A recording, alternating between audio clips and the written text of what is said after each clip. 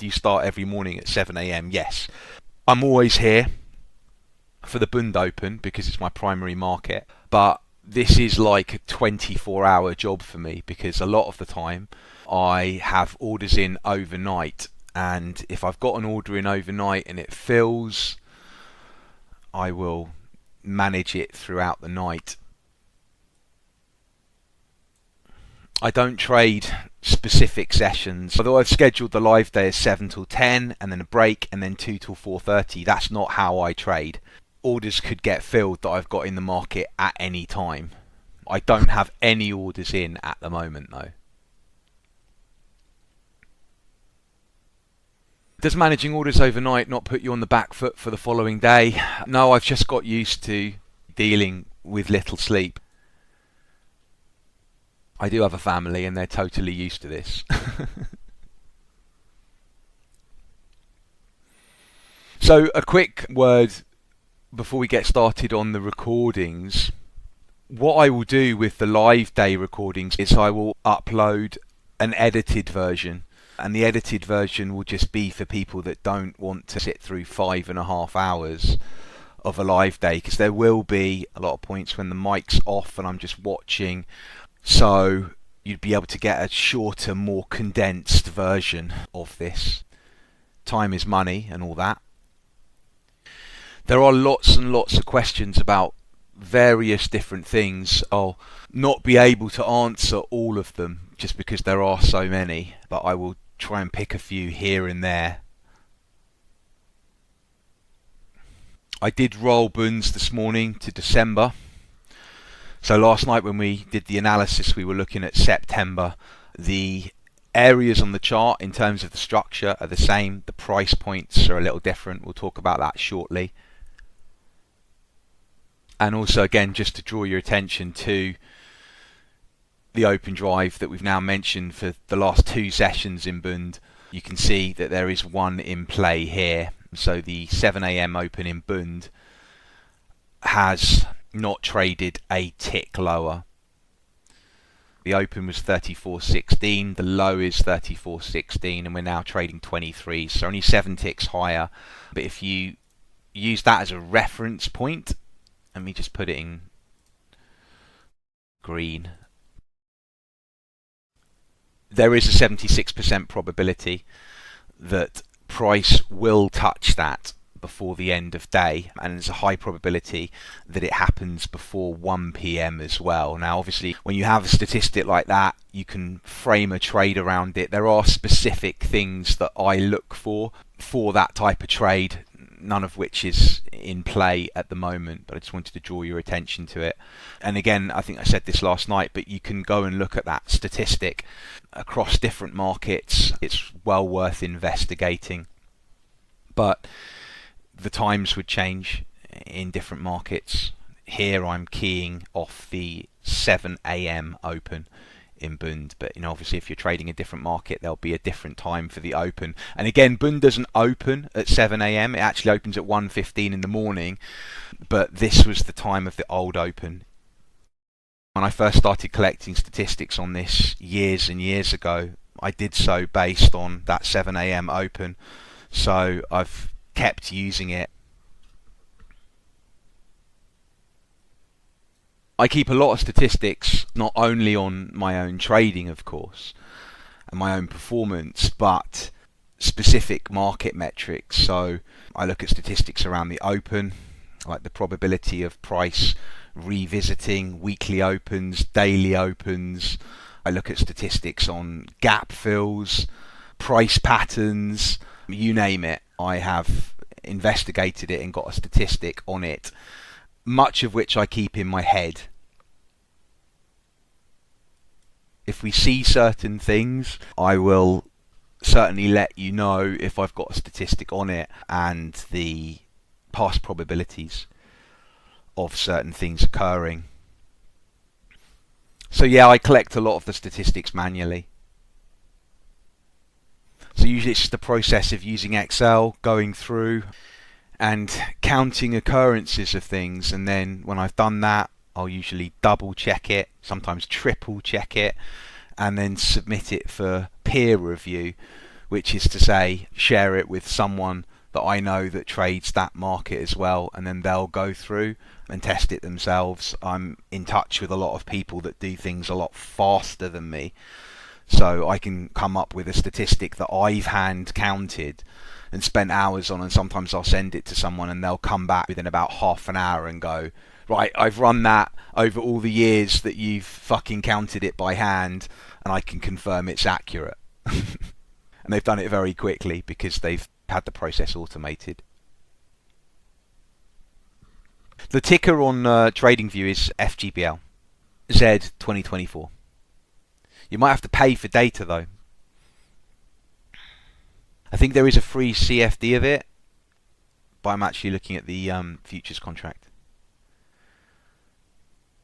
Z's December, Ryan.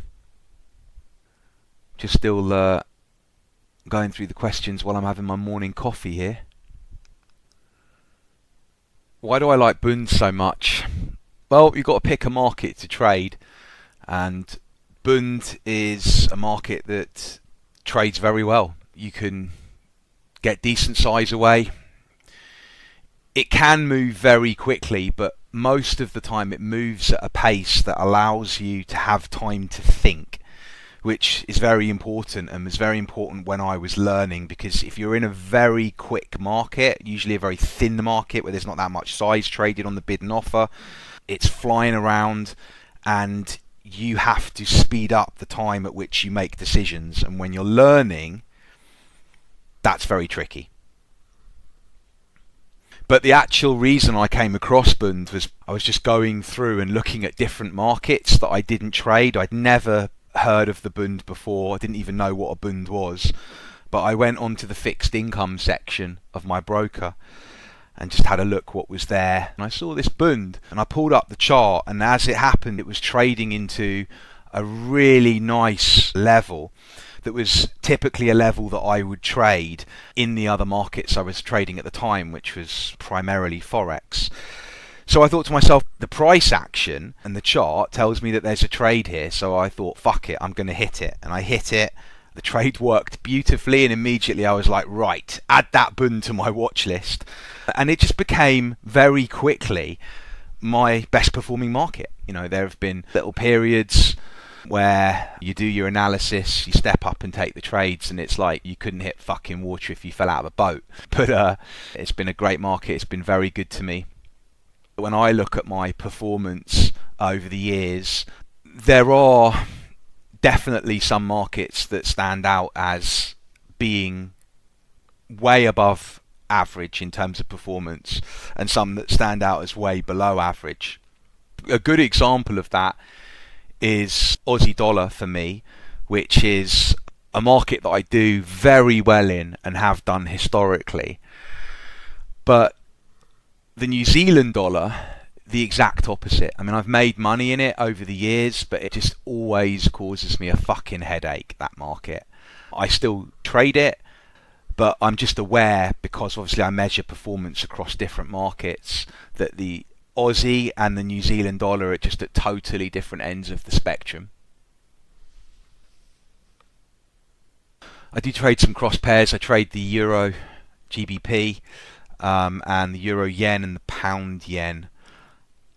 So you can now see the first 30 minutes has now concluded, and we have left an open drive. Sometimes when you look at something like this, you'll think, well, why did you not get in? Typically when I see an open drive, I'll look for a decent level to sell into above market, and I didn't really see anything I liked here. So then it just becomes a question of watching the price action and seeing if something develops that I like. Here there hasn't been. You just had this straight drive up. You had a 5-minute SFP here, and we just pull back a little bit. We didn't quite tag that price there, come up, make an equal high, and then start to sell off here.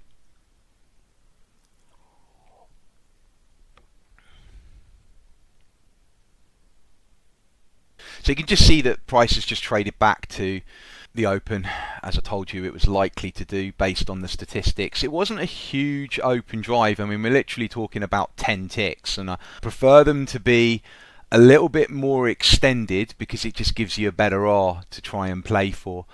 So we had a 5-minute SFP, but I mean the risk reward on trading that wasn't particularly great. Just for reference, if you have a look, you'll see the first test of the high up here, 2 lifted the offer, and then you see on the second test when we make that equal high, you had 50 hit the bid, 303 lifted the offer, and you've got what you call an unfinished auction where the bid and offer has traded. That's usually a pretty good sign if it combines with a good level that you're going to get a rotation back to the downside, and you can come in with a super tight stop on those kinds of trades. I don't use the footprint on all my trades, but I've got an eye on it. By the way, the open drive has been a statistic I've used for years. I made a lot of money with this, and the reason I came up with it is because when I went into Futex, we were given a book that we were told to read, which is Mind Over Markets. It's a book on market profile because everyone in prop used market profile when they traded. And I was reading that book, and I was obviously learning a little bit about market profile. I hadn't used market profile before, and as I was reading it, there was a section in it on the open drive, and it said the open drive is the most powerful type of open, and when you see an open drive, it can often develop into a trend day, and you should try and go with it. So if an open drive's higher like this, you should essentially try and buy it. So me being me, I don't take anything at face value, so I thought, okay, this is apparently the strongest type of open. Let's go back and test this. And what I found is that when you get an open drive, probably one of the worst things you can do is follow it. You actually want to look to fade it because, again, the vast majority of the time it will trade right back to the open and through it. Now, I'm not bashing that book. What I'm saying is don't take anything at face value. It's always a good idea to actually test things yourself and try and pick holes in things. And the second thing I'm saying is that I wouldn't have really even been aware of that frame of reference of an open drive without having read the book. So sometimes you can take some information from somewhere and you might end up totally disagreeing with it and doing the opposite thing and getting edge from it. But the book or whatever it was has given you a frame of reference to go in and look at something in closer detail. I've got a lot of statistics around the open. Obviously another one that you've heard me talk about, I imagine by now, many times, unless you've been under a fucking rock, is the weekly open in the euro dollar. So you go back to the weekly open, you draw a line at the weekly open, and when Monday has closed, there is well over 70% probability that price is going to trade back and test that Monday open price, which is actually a Sunday open because it opens at 10 p.m. Sunday night. But for the purposes of looking at it on TradingView, it would be the Monday candle. Mark off the open and look for it to return back to it the same week. And the vast majority of the time it will happen on a Tuesday. See up here, here's your Monday candle, trades lower, it comes back the very next day, tags the Monday open, again with it being on a Tuesday, and then the sell-off ensues. So I can come in on a Tuesday and look for it to return to the Monday open. And I can also have in the back of my mind that even if I want to follow through on the direction that the market went in on Monday, I'm probably best off not doing it until we've at least come back and tagged that Monday open price. One of the things you find with statistics specifically on Forex is that we're looking at a lot of different feeds. So if you test something in, say, the futures, we're all looking at the exchange data, which will be the same, but obviously when you're looking at FX, you've got brokers opening at different times, and therefore you're looking at different prices. Sometimes wider spreads on the open as well create difficulty when you're testing getting exactly the same results as somebody else. So with that in mind, you may come up with a slightly different number, but it's very high probability. So again, let's just quickly go back to bunds before we move on to looking at some other markets, because there's nothing I want to do in this right now. We rolled this morning to December, so it changes the prices of the places that I'm prepared to do business at, but the structure is still the same. What you can see here is I've got a 5-minute chart and an hourly chart that's using the December future, and then I've got the continuous futures chart, which is on the daily, just so I can get more data and revisit those levels that I spoke about last night. So if we pull this up, and I'll just mark out the 2 levels that I spoke of, I'll just bring in the plan here. So here we've obviously just got the key news that's out today. I'm not really trading the news, but I am aware of it. I'll certainly trade unscheduled news. So if I see something break and it starts to impact the market, I am prepared and often will get in, but that's relatively few and far between. So I'm not actually trading these numbers, but I do like to be aware of whether we have beaten or missed forecasts, and by how much, and what the market does in relation to that.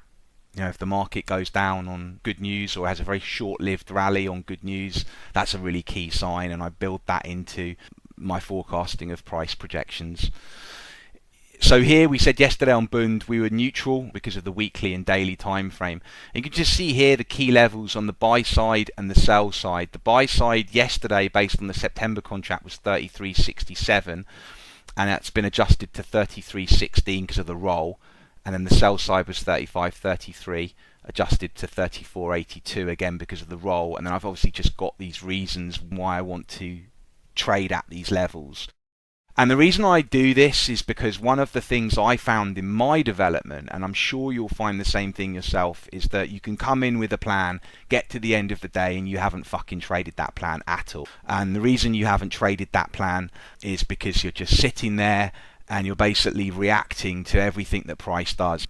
Price is constantly advertising for buyers and sellers, and it's very easy to find yourself at the mercy of that. So I like to come in with a plan, and then I've got a development box, which is essentially what is price telling me, and is that changing my plan? Now, there's no reason I can't change the plan on the fly. There's no reason I can't cancel orders. There's no reason I can't see something during the day that I didn't anticipate at the beginning of the day. That's totally normal. But at the end of the day, I want to see, what did price do, and how was I swayed by price development during the day, particularly in light of my plan at the beginning of the day.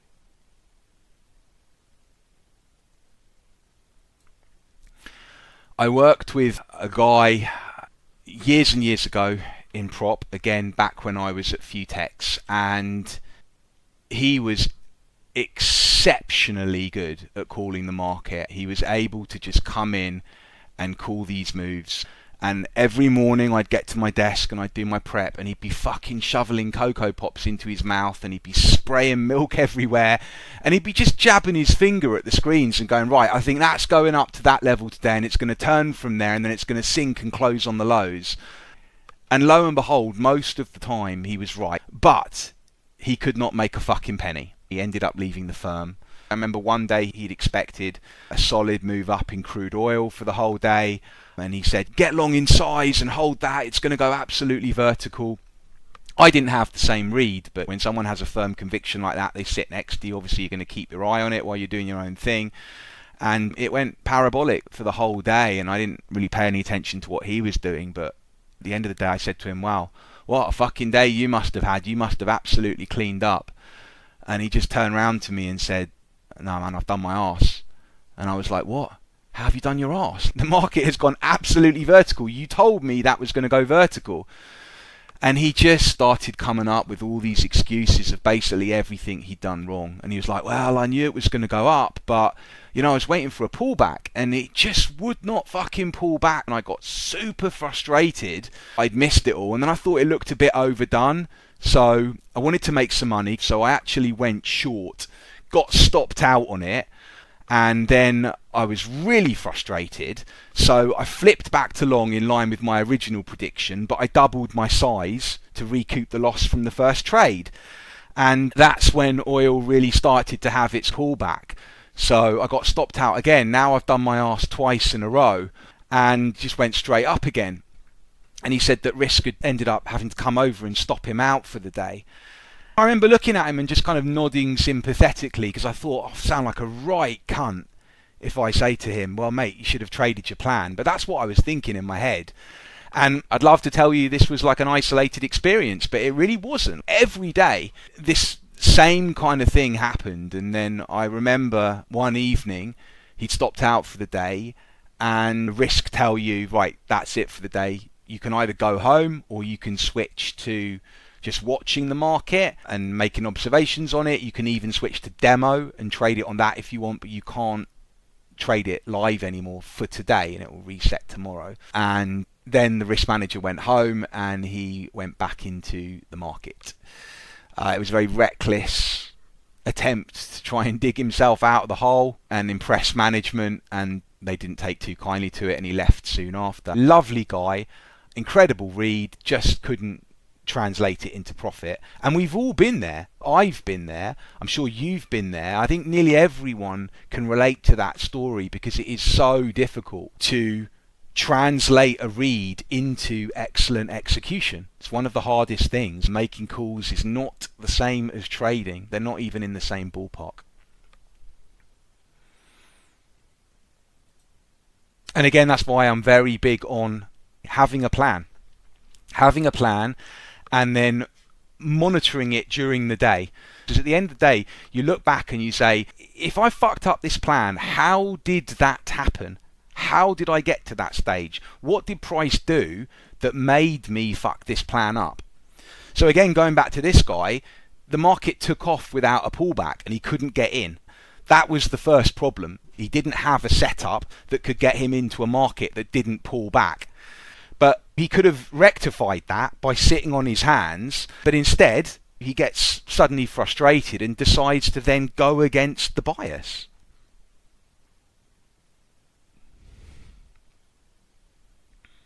All we've really seen just in Bund so far is the retest of the open. There are two levels. I don't know, by the way, that either of these levels is going to hit today, but there are two levels that are key to me. You can see the lower one here and the upper one here. Since we are beginning to move towards the upper one, we can just discuss it. But this level comes in at 34.82 now, and the chart's been back adjusted. Now, why is that price point important to me? It's important to me for a few reasons. And I'm focusing a lot on Bund at the moment because it's my primary market. But make no mistake, you can do this in any single market from fucking cryptocurrencies to Forex. But a play I like to make is when you've got a series of highs like this that a lot of people will be focused on, right? Resistance highs, they're going to be people trying to buy through those highs and people obviously shorting into those highs and stopping out beyond them. So there's naturally going to be a pool of liquidity beyond these highs. And what I like to do is fade a breakout of highs if there is a good level that's not far beyond them. What you can see up here is we've got what I spoke about last night, which is a little spike base. So the structure's a little bit messy round here on the left of the chart, but you see this move up here, then we taper off, we open, the lows of this day here are approximately testing the old highs. Don't come and close that gap. We come down, we form some support here, we move aggressively lower from here, and then you see when price eventually returns to it, we key off the last rejection point, your last low pre-break. It's not the last swing low pre-break, but it's the last low pre-break in terms of how we defined it last night. If there's a swing low very close by, that's technically the last low pre-break. There is a swing low here, but it has been subsequently retested. I don't know how closely you can see that, but you see that this swing low here, once it was broken, it was retested there. So that's no longer a naked price point, but that is, and you can see we key off that and we move lower. And I will look for a return to the low of the rejection wick candle and key off of that. So in this case, it's coming beyond prior highs and it is also past ATR for the day. If you go to indicators, you can get it here. It's free. I had this actually coded specifically for me many years ago, and it just tells me this is where the market has done its average true range over the last 20 days. This is one of the things that developed fairly early on for me back in the day. I used to trade these levels. I wasn't really paying too much attention to ranges and whether we might be in the range or past the range in terms of average movement. But there were some incredibly gifted scalpers on the floor that used ATR for mean reversion purposes. So they were like, we're X amount past ATR, and they'd be looking to take profits or fade moves. So I was like, right, let me get that ATR on the charts, and I've seen it work very, very well over the years in conjunction with good levels. You know, obviously you can't simplify things. You can't go, oh, well, it's past ATR, that must mean it's going to revert. But what I do look to do is see, are there good levels falling beyond ATR? That level, what I'll do, and I said this in the first two sessions, I'll come in and I'll look at that on the 5 minute and see, is the level actually naked? Was there a clean break through here that hasn't been subsequently retested? And there isn't. You know how it trades through it here and then there's a subsequent retest there? That means the level's not naked, and that means that I won't just put an offer in there. Normally I would. I'd just put an offer in there, whack it with a thrust candle based stop. Here I'm not going to do that, but I'm certainly going to watch that point. If we trade up there, I would anticipate with very high probability that there will be a reaction. But again, you don't need to become a Bund trader. You can follow along with what I'm talking about here, and you can apply these concepts to any market that you trade.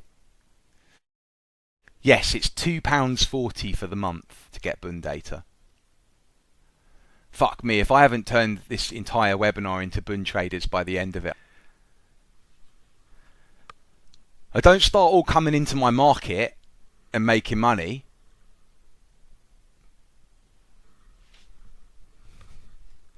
This is a shit market. You don't want to trade this. I think you guys should go and trade the Nasdaq. It's much better.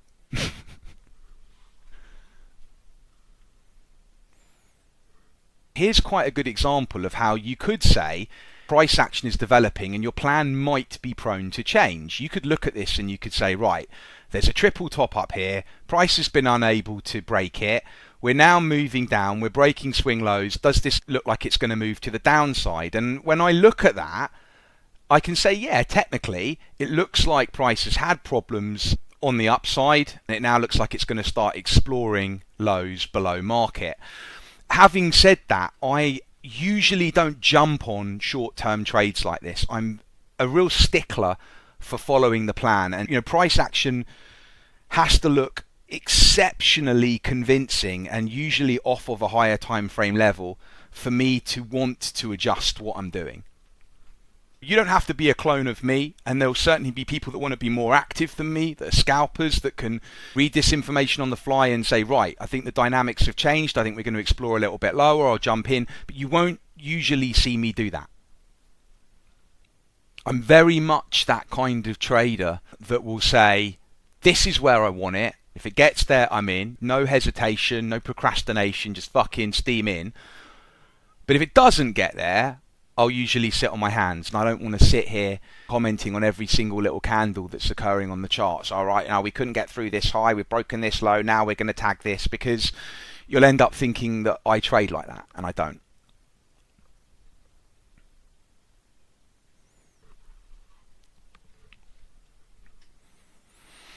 Again, so many ways to skin a cat though, and you know this. When I first got to prop, I was so infrequent on my trading, I was executing with a telephone.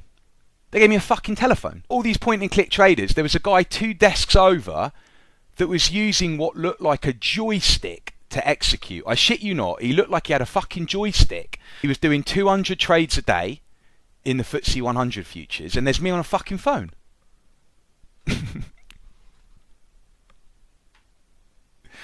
But I'll just call the broker up and be like, hey, can you put me an order to sell this all the way up at this price?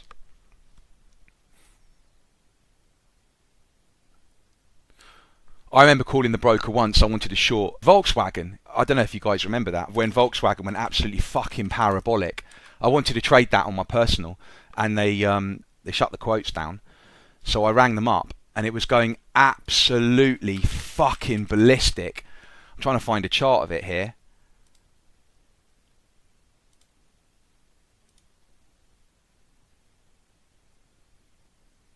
Anyway, it was a huge short squeeze, and I rang up and I said, I want to trade Volkswagen. So he pulls up the ticker and he's like, right, you want to sell?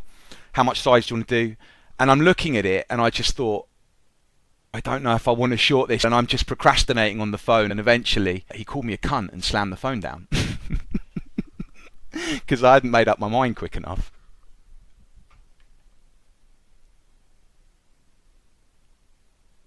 That was an example of last minute hesitation.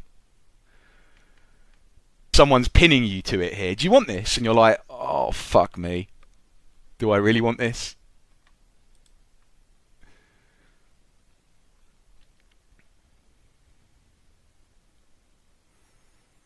Okay, let's get Bunds off the screen for now because I'm not going to be trading Bunds at the moment. So I'm going to switch focus, switch gears. Let's bring in some other markets. Let's talk through some stuff. Let's go on to my best performer, Aussie dollar. Let's talk about the Aussie dollar first. I'll flick around a lot of different markets today. What time is it? Fucking hell, 8:30, and he's only talking about the second market.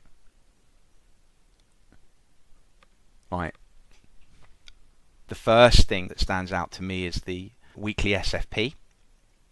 These were two equal highs. They were on my feed. They might not be on yours, again, because of the differences between feeds, but they were perfectly equal highs, I believe. Yes, on my feed for the Aussie dollar with FXCM on the weekly chart. We break that high, we close back below, so you've got a classic stop run there. The SFP is break above, close below on the time frame of your choice. Highly effective pattern. So it is indicative that one side of the market is trapped and that we're now going to rotate away from that area. By the way, when you're just looking at this price action here, just note where that high comes in. Look to the left, and it is just above the base of this spike candle. So I try to draw your attention to these things when I see them, for the simple reason that price action tends to repeat across all markets. It's fractal across all time frames as well. Remember, just because there is a low there doesn't mean I'm going to trade it. It's very easy to look back at a chart like this and go, oh fuck, so you'd have sold the high in the Aussie dollar. No, I'm going to come down, look how it looks on the daily, look at how it looks on the hourly, and then see if there is a naked level to key off. See if there's confluence with that naked level, often in terms of looking at things like ATR. And then I'll see if there's an entry there. But I'm just, again, loosely drawing your attention to it because you'll see that these are the types of trades I take, the types of reference points I focus on. So we get an SFP here. And what's interesting about this SFP so far is you can see that after we've closed, we've moved back and got very close to testing that initial swing high. So obviously you had shorts puke, longs trapped on the breaker structure. We trade below, you return back to the scene of the crime. Let's talk very briefly, while we're here, about this run through the highs. What you will see is that when we put in this perfect top here, we put in a down day the very next day on the Monday, and that Monday is an inside day. Now, when you see a perfect top like this and you can preempt that there's going to be stops likely accumulating above that area because people have seen the double top and they've seen the down day and they're thinking that's it, it's going to steam lower, what you want to look for is a short move lower and then try and pick it up. Now, with an inside day, one thing I've taught over the years is that you can try and preempt a failure of the inside day by picking it up at a level beneath it. So here, if you look at this candle, underneath it, you've got the old high. I'll just put that in orange, and you can see that the market puts in the inside day, breaks the low of the inside day, and then keys off of this old high and moves back in the range. Now, we'll come down and look at that on the hourly in a minute, but by the close of this day, you will know that there is an extremely high probability that we're going to run through the highs, because you've got the market keying off the old highs, and you've got likely shorts now trapped underneath these lows, and I call that inside day failure. When I see that inside day failure, so that's a break below an inside day and a close back within the range without taking out the other side of it, I am anticipating that we are going to run on the inside day high and take it out. Here's the move through the inside day lows. So you see you've got these two lows here. It moves down. This happens in the overnight session. Now you'll see why I have trades going off at all fucking times of the day and night. Smack bang into this high and then rotates from here. Now you might not have wanted to have traded that, because you might have looked at it and thought, yes, but is it going to be able to get back above these lows? And if I do enter here, where am I going to put my stop? If I'm using a thrust candle technique, that would give me a really wide stop. So you could wait until the inside day failure has finished completing, and the inside day failure finishes completing when the market's here. And you can see that we've traded up on the day. We've broken structure on the last hourly high of the range here. You would get in there, right off that high. So why would you get in off that high? Because you've got a break, you've got a rounded retest with space of the LHPB, last high pre-break, with the inside day failure bias in play and a clear target of the market running through these highs, and just running through the highs and then getting out, by the way, not looking for it to go absolutely vertical. It does spike it quite nicely, but my target goes a pip, literally a pip beyond the highs. It actually works out with a very quick resolution. And look at the time again, 2 a.m. I'm hoping with these examples that you are going to see why this is a 24-hour job for me.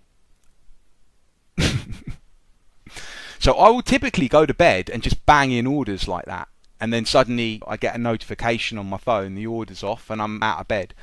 So again, stop below the thrust. The reason I like this price action is because you see again it breaks out, and when it retests the level's naked, so that hasn't retested on the next candle. If it tests on the next candle, I don't take that trade. It's called an immediate retest. I've heard people call it a fucking butt kiss. People just keep renaming things and confusing everybody. But once it breaks out, I won't take the next candle. I like to wait for space between the breakout and the retest. Over the years, I've called it a rounded retest. The concept of space, essentially between the break and the retest, means time has elapsed between the market breaking and the market returning to structure. And time means acceptance. The longer it stayed above a level, the more that price has accepted those highs. So that's what occurred there in the Aussie dollar. Just going back to the daily time frame here, this is a very, very nice sort of opportunity you'll see me trade. And I came up with that incidentally again from observing traders in prop. We had a trader in prop that used to trade inside days and their breaks very mechanically. Like if there was an inside day, he'd just get in if it went through the high or took out the low on a continuation trade. And a lot of the time I'd hear him thumping his desk and going, "I've done my fucking arse." And I'd sort of saunter over and go, "Oh mate, what have you done?" He's like, "Oh, I've just bought the high on a fucking inside day break. It went through the highs and it just hasn't gone. And I've done my arse." And I'm like, interesting. Obviously then I start looking at inside days and it becomes another frame of reference. But we're not pattern spotting here. You're not coming in and going, right, every single inside day I'm going to look for failure at. There's context. There's always context. The reason this inside day is key is because we've got a very clear liquidity pool above it. People are going to be coming in there and thinking this market has topped. And then as they come in and short through the lows, which a lot of people will do, they're shorting right into old highs. You don't have to be as bold as me and try and pick it up here. You might like to wait and see, look, let's have some confirmation here. Let's wait and see if it actually does trap traders and it does trade off this high and it does go back in the range. Sure, I'll feel a lot more confident. That's fine. Again, we're not creating fucking clones of me. I'm just telling you that I like to try and preempt these.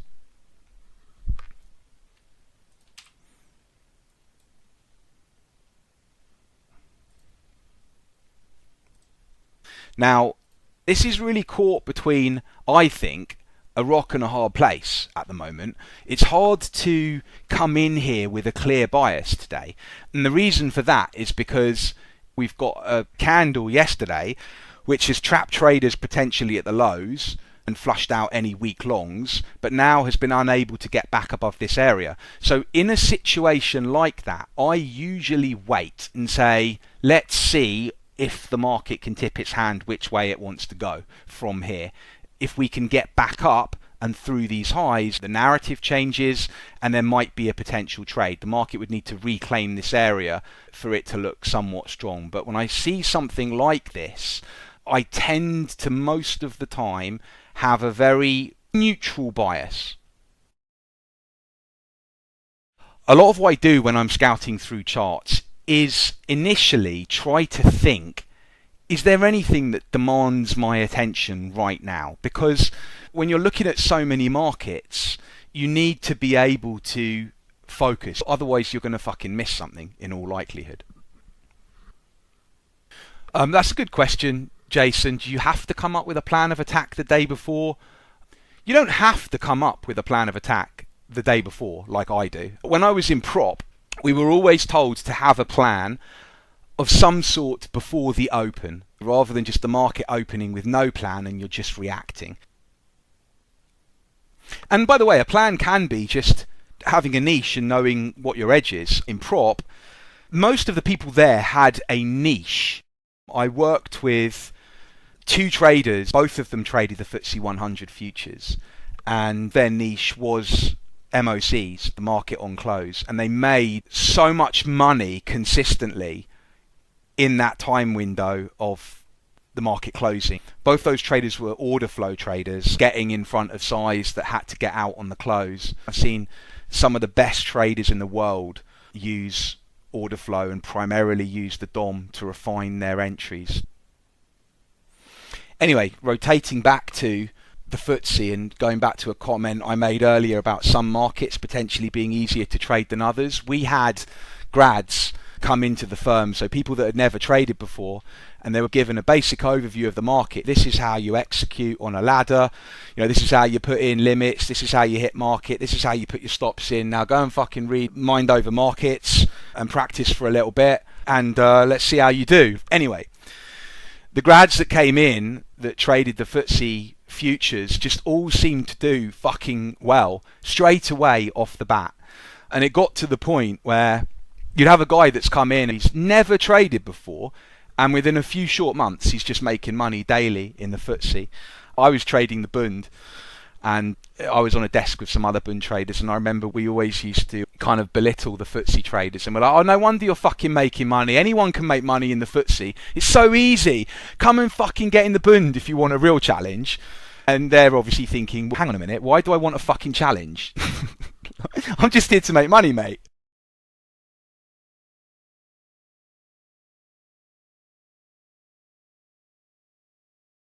Alright, so let's just flip quickly here to cable.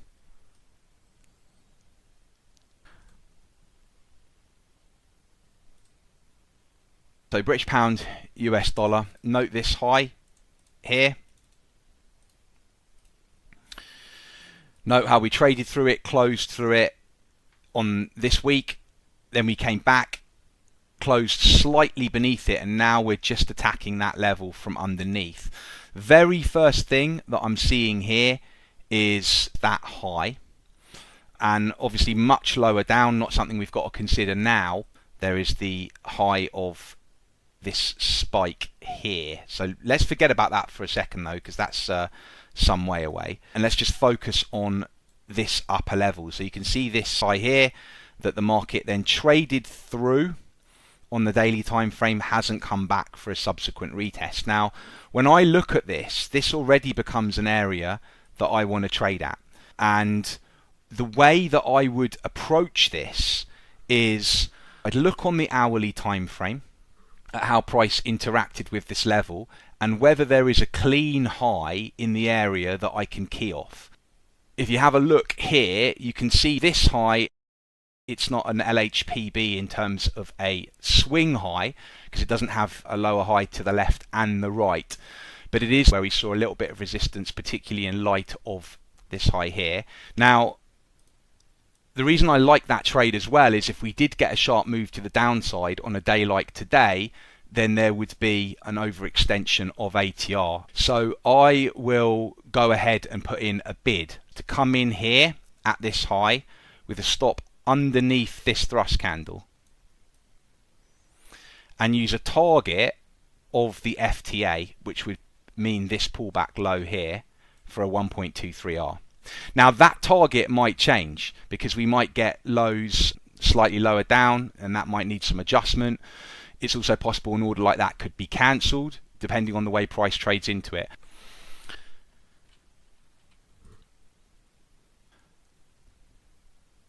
Construction PMI at 9:30. Let's see if that does anything. Doubt it will get it down there though. But you know, that order will literally just stay in the market now. So would I hold that through NFP? Yes, I would. But it depends where the market is trading just before NFP. If we're just trading above the level, then I probably am going to cancel it. If we're trading anywhere like we are up here, no, I'm going to leave that order in. Sometimes I come into a number like NFP with a book full of orders. It's fucking stressful.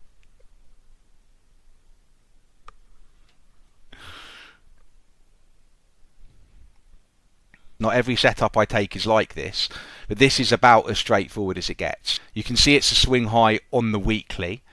So all I've done is I've refined that level to the last high pre-break, put a stop under the thrust, and targeted the FTA. Not looking for any massive reversal, just looking for a reaction, because if this market hemorrhages lower and starts taking out these lows and past ATR, you're going to get mean reversion from traders that are getting out of shorts and taking longs as we move past ATR. Okay, how do I know that? Because I've sat with people executing massive fucking size doing this exact same thing. One of the reasons that I went into prop, by the way, I learned a strategy and I started making money and I started doing really, really well. And I thought, I want more capital. And this was the days before challenges and all this malarkey. And I looked around at prop firms, and one of the prop firms I found that had the best reputation out of the bricks and mortar firms, that was all that was around those days, was Futex. So I applied to Futex and I went in there and I sat an assessment. I think it was something called a McQuaig test. And I was good on the verbal reasoning, but the maths I was shit at. So I failed that and I got an rejection letter from them saying thanks, but no thanks. Me being me, I thought, you cunts. Fucking turning me down. I've got a track record here. So I waited a little bit of time and I noticed that they were posting on a trading forum at the time under their company. So I DM'd the guy on the trading forum and I said, I applied to you, I failed the initial assessment, but it's verbal reasoning and maths. I know how to trade and I've got a track record. So I just get this response back saying, you've got heart. Okay, come in, let's have a chat. So I went in, I had a chat, I took in my statements, I showed him my P&L, and the guy that interviewed me was a bund trader, and a lot of my trades, by pure luck, had been in bund, because if you go back to the story I told you at the beginning, when I didn't even know what a bund was, but I started trading it and doing really well in it, so it became one of my main markets. So he obviously thought, oh, we've got a fellow bund trader here, and he's got statements. So he said, you start Monday. And I had a job at the time as a journalist, which is a whole nother story, but I was like, oh, fuck me. I've got to give notice before I leave my job. And they're just literally saying turn up on Monday. So I had to go back to my boss on the paper that I worked for. He was a really, really nice guy. Thankfully, I've become very friendly with him. And I said to him, look, I've got the opportunity of a lifetime. I want to be a trader. I don't really want to be a journalist anymore. I'm in a sticky situation. I need to basically leave this role without any notice. And he was like, fuck, you know, you're really leaving us in the lurch here. And I was like, I know, but please, it's the chance of a lifetime. And if I tell them that I'm not able to come for a month, what if they don't offer it to me? I've got to kind of seize the ball by the horns. So he mulled it over for a few minutes and he went, the only way we're going to get away with this is if I fire you. And I was like, fucking do it, fire me. Just call me a cunt and fire me. So anyway, he got that signed off. And I moved into trading. But going back to the story, so I got into prop to trade more capital so I can trade my edge at larger size and scale up a whole lot quicker. Because that's one of the questions you always get. If you're making money on your own, why do you want to go and trade for a firm? Because they leverage you up to the fucking hilt so much quicker. Think about how long it might take to 50x your account through your own trading. And then imagine a firm comes along and goes, well, I'll 50x you overnight. Show me your statements. And so that's why it was a very exciting proposition. But one of the things that really intrigued me the most, and the reason I wanted to be in prop, was, do professionals that execute at huge size trade like I do? How do they trade? Because you see all these people online saying, this is how the big boys trade, but you don't fucking know whether that's true or not. So I was like, I want to be at a firm where I can see these people trading day in and day out. And when I got to the firm, we had a risk book. You weren't really allowed to look at it for privacy reasons. You're not supposed to know what everybody's making, but everybody fucking did. When the risk manager sauntered out of the office for his lunch or whatever, we'd all crowd round the monitors and be like, who's up on the day and how much are they up on the day? Who's down on the day and how much have they done their arse? And you just saw guys that consistently made $250,000 a week. So you'd look at how they traded and you'd talk to them and be like, what kinds of things are you looking at? And that's how, a lot of the ideas that I've had, I knew I was on the right track with them, and of course I got new ideas from things. So, again, just going back to the whole idea of ATR, I didn't look at ATR before I was in prop. Then I would see huge mean reversion traders using it as a tool and saying, right, we're trading to a good level, we're past ATR, I'm going to start sitting on the bid here if we've moved to the downside. And that then inspires you, because you need to know that the people you're learning from actually fucking make money. And that was the best thing about being in prop. You know who to listen to and who not to listen to. That was really, really key. And some people would be very vocal with the way they traded, and some people would guard their edge a little bit more secretly, and there'd be other people that tried to help you but just couldn't, because they couldn't explain what the fuck they were looking at. I remember talking to Nav, the flash crash trader. I sat next to him for a fair bit. He was always in his own world with his fucking drilling earmuffs on, not listening to anyone, totally in the zone with his 3 screens, doing 1,500 lots in the S&P. But he was a very, very nice guy, and I'd speak to him from time to time about the way he traded, but he couldn't verbalise what he was doing at all. I mean, he would have been the world's worst teacher. I remember there was a huge move down in the S&P, and he was absolutely up to his fucking nuts in that thing. He was the kind of trader, by the way, that would do 1,500 lots and then burst into management and go, give me some more size so I can get more on this trade. And they'd be like, mate, seriously, 1,500 fucking lots and you want more size? Are you kidding me? For reference, we're talking about $18,750 for every tick it moves. And he's like, right, brilliant, now I've got in, I want to get some more in. But I remember asking him about this move and saying, so why did you short it here? And he's just looking at it and he's going, oh, it just looks beautiful, man. Look at the way it's moving. It's just beautiful. Like, look at the way that's going down. And you're like, I can't see what the fuck you're seeing. Some people just can't explain it. And he was an order flow trader, but he did look at charts as well. I could talk about Nav all day because he was a very funny guy. He used to clip in 69 lots as well, because he said it would be funny when the other order flow traders saw 69 crossing their book constantly. I was like, why'd you clip in 69? And he was like, oh, it's a fucking funny number, isn't it? I mean, that was him for you.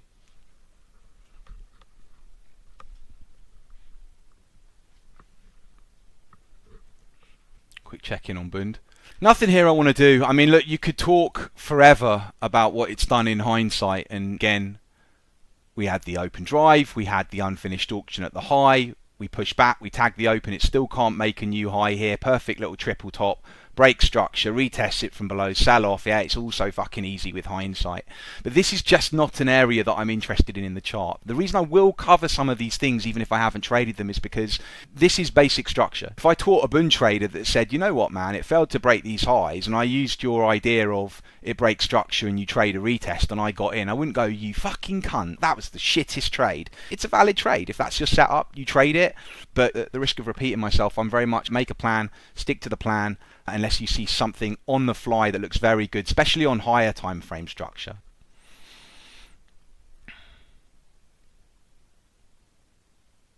All right, let me just bring on BTC.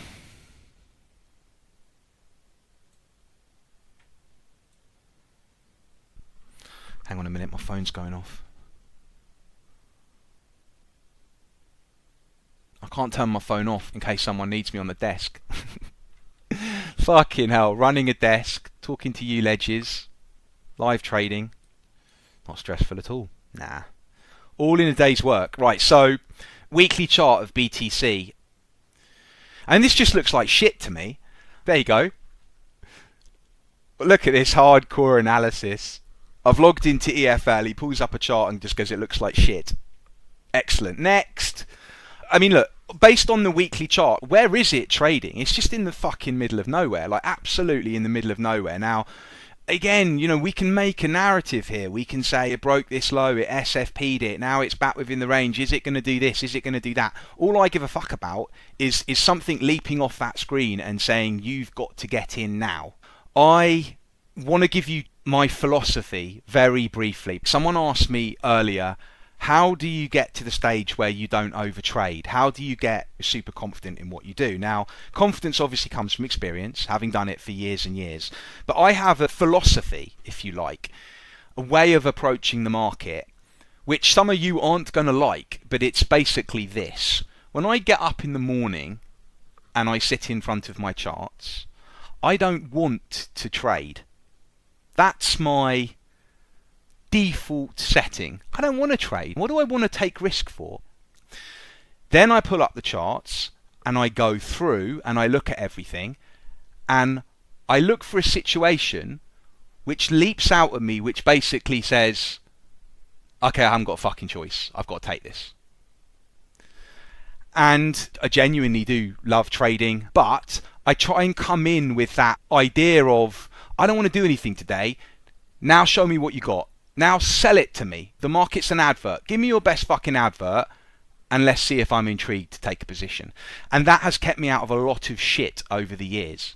And it works for me. It works very, very nicely to have that kind of feeling of the market has really got to pull me in with an absolute no-brainer setup or I'm not interested.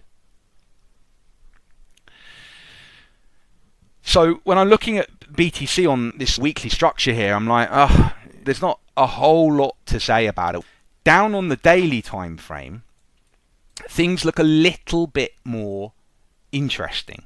Because again, on the daily, you've now got an SFP of this low back here. So again, swing failure, break below, close above would be a bullish swing failure. So we've got a swing failure here and we've got a decent rejection candle. We've taken stops below here, probably caught some shorts, and we've traded now back into the range. And one thing I'm aware of is that you've got a lot of lows here which are potentially sticky points. So if we try and draw a box that encompasses those lows, you can see that box, if you extrapolated it over to the left, would look like this swing low here, these spike lows here and here. That is an area of support.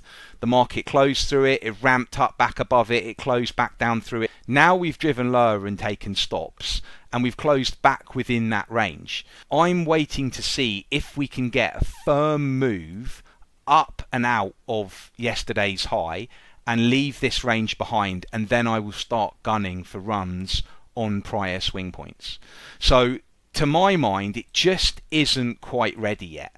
Now, there's no reason you couldn't take a very aggressive entry. If you were bullish based on the stop run and you'd seen it trade down here, you had an hourly swing failure, and we've rounded back and we've traded back to the base and we've pinged off the last high pre-break. But we can talk about what it did with hindsight, but the reason I wasn't interested in those trades is because I'm concerned about this higher time frame structure that is above market. Principally the fact that initially we got back above it here and then we drifted back in the day, found some support there but couldn't make a new high, and then we've lost that area. I would like to see it get up and out through here. If Bitcoin breaks this level here, I will almost certainly be in. So I would basically buy the first return to the LHPB that would come approximately in this area. I don't know where that high would be at the moment because it hasn't broken out yet. But if it runs through here, then I'm basically buying the first pullback, and I'm looking for it to then make a run on the weak hands. Where will the weak hands be? The weak hands will be here above this high. The weak hands will also be here above this high. But I'm an FTA trader, so I'm going to be looking for a move to really this area here, just below 60,000, probably trying to enter somewhere around 58,000. Again, I can't tell you exactly because it needs to break this area, and then we don't know where the LHPB is going to be. Hopefully it's going to be around this zone, because you always want to enter as close as possible to where you're wrong on the trade. If we know this zone is sticky, you don't really want to be entering way up here, because I'd want to stop beneath this area unless I was absolutely convinced price had finished with it. But that's not something that I can come in now and say I know exactly how I'm going to frame this trade in terms of entry, stop and targets. But that's what I'm looking for. Just looking at the questions. Why don't I play the support around 56k? I don't buy prior support. The only time I'll buy a level is if it's the inverse of what we last did there, or it's SFP'd. And I really like the area. By the way, note this low here when it broke this, traded into this last little high pre-break. Price was sticky again, resistance, support, resistance, support, resistance, and then a drive through the lows into an area like that.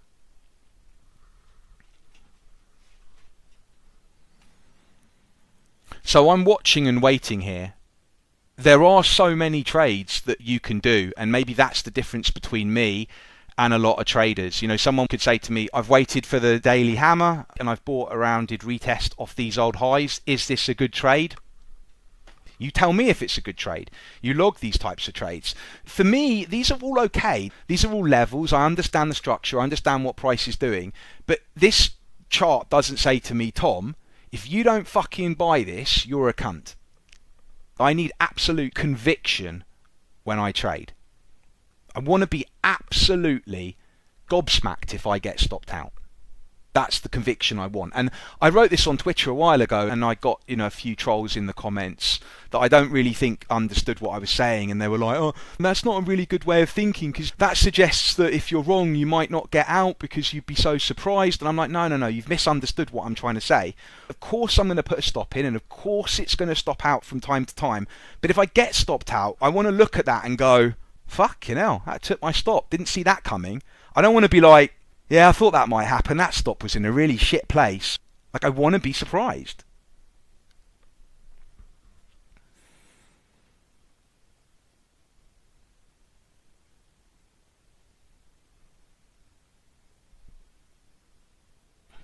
I don't know if I'd recommend initially trading on the lower time frames. It's a difficult one. I mean, if you trade down on the lower time frames, yes, price is fractal, so you'll get more examples. But I just know so many people that come into the lower time frames and really, really struggle to find consistency on them. And I think it's because there are so many opportunities setting up that you keep jumping into the market and then you can get very carried away. It really teaches you patience to have some higher time frame levels and just wait for the market to get to them and know your edge inside out and back to front. And then you can, of course, bring that onto the lower time frames. I mean, that's what I've done with the Bund. I'm on a 5 minute and people are looking at that going, well, that's slow. People are down there on the 1 minute charts. And I'm not here to say that you can't do that. I'm just here to say that you should try different things. There's so many things I see taught and put out there as this is the best way to do things. I heard a lot of people over the years talk about taking partials in a trade. They always pay that's the best way to do it. And I always think, test it yourself, because the amount of people that have come to me and said, you know what, I've tested trailing a stop and it works so much better. And I did the same thing myself. I tested so many different ways to take a partial, going back through my journal and just spending hours and hours and hours, my God, the countless hours I've put in testing stuff and going back and saying, right, let's look at what I did. Now let's go back and look at what happens if I took a partial 50% of the way to target and then put a stop at break even. Let's look at what happens if I took a partial but didn't move my stop. And I found what works for me. It's not what's going to work for everyone, but it's what works for me. So it's all about just testing and seeing, does this work for you? My truth might not be your truth.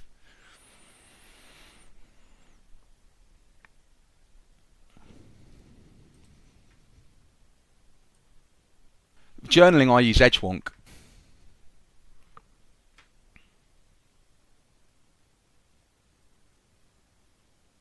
By the way, this order will stay in until I cancel it or I get filled on it. I'll keep it in over NFP as well. I sometimes have orders in, by the way, for weeks. Right, gold. Right now, gold is a really interesting proposition. Sometimes I look at a market like this and I just think, I don't quite know what it's going to do here, so I'm waiting for what I feel will be the point at which it becomes an absolute no-brainer. So, we've been in an uptrend, and you can see where we paused on this weekly chart with an inside week. And what did we do? We broke the low of the inside week, and we traded down initially to this low here from this week, which, by the way, came off this LHPB, and we've stalled there perfectly. So when you come down to the daily time frame, you've got strong rejection, you've got an inside week failure in play on the weekly time frame. Are we going to run out stops above these clear highs here in line with the trend? Is this a trade that we should be long? The problem you've got here, as far as I'm concerned, is there's a lot of chop in here, and you've now got relatively clear-cut highs and clear-cut lows below market.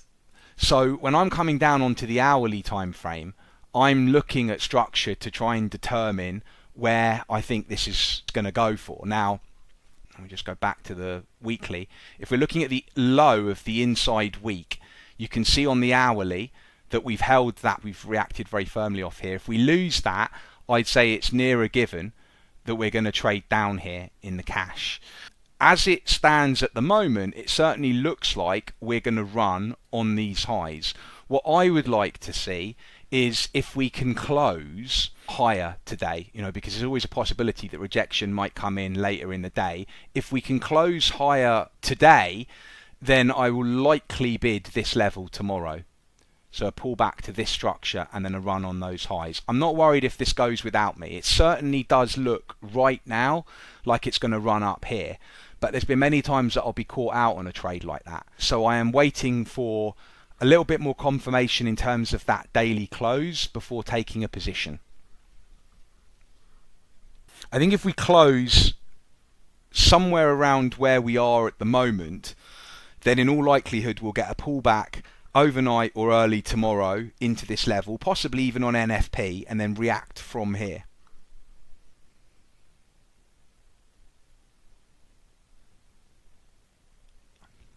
When some people look at that, they might think, what's all the patience about? We're breaking structure. It really looks like it's going to run up here. Let's get involved. Get involved then. That's what I'd say to that. I'm getting involved when I see no other way other than that runs higher.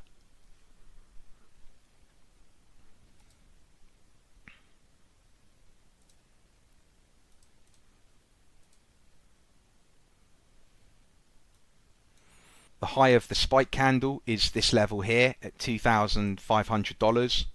Again on the cash. It is untested, but generally what you will see is if there is a clear level like this and price gets near to it, the pullbacks are relatively limited. You wouldn't really expect it in this circumstance because of all these stops above market for it to run this deep back. The way I trade, the setups that I take are all well and good, but you've got to know them inside out and back to front. And the way you will do that is by actually having a proper plan and having everything written down so you don't have to make decisions on the fly. How much risk am I going to take per trade? What am I going to do if I get into a trade and it starts to go wrong? How am I going to trail a stop if it starts to go right? Am I going to add to trades? That's a big thing. You've got to have these rules planned out ahead of time so you're not making decisions on the fly. And occasionally you are going to have to make decisions on the fly because you're going to encounter things you've never seen before. And when you encounter something you've never seen before, you've got to learn from it and put it into your plan. And then your plan develops. You're always seeing things you've never seen before. I'd been trading fucking 20 years and I saw something I'd never seen before, which was when oil went negative. And I'm like, holy shit. Didn't fucking see that one coming. Okay, ledges. So look, I'm going to close the session here, and then we're back at 2 p.m. So largely uneventful so far, but I'm coming in with one order that is in the market now and will be staying in the market until it triggers. And like I say, there's a possibility that that order could be cancelled. I can tell you very briefly now that the circumstances would be if we start to build support just above that area so that the FTA is really getting squeezed and the R is becoming unacceptable, then I'm likely going to cancel that order. Or if we got a real drift of death down there, which is where it just grinds lower into the levels. Those trades have limited edge, I've found, when you get that kind of price action into the level. What you really want to see is it absolutely shits the bed straight into your level, and everybody's going, fucking hell, cable, it's absolutely hemorrhaging, and then you just pick it up. I'll see you at 2. Cheers, guys.